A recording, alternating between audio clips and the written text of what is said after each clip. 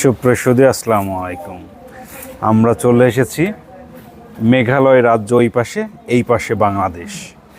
তার মানে আমরা গজনী অবকাশ কেন্দ্রে চলে এসেছি। সুন্দরতম একটি জায়গা, প্রাকৃতিক সৌন্দর্যে একেবারেই মানে অন্যরকম একটি পরিবেশ।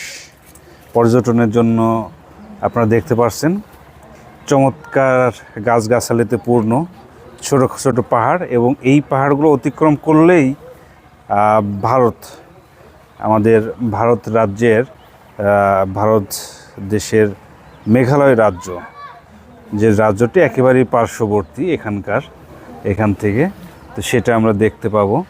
এবং এইখানে যে দূরবীনগুলো আছে সেটা দিয়ে অনেক দূর পর্যন্ত জুম করে দেখা যায়। তো অত্যধিক মনোরম একটি পরিবেশ। আমি চাইবো আপনারা আসেন।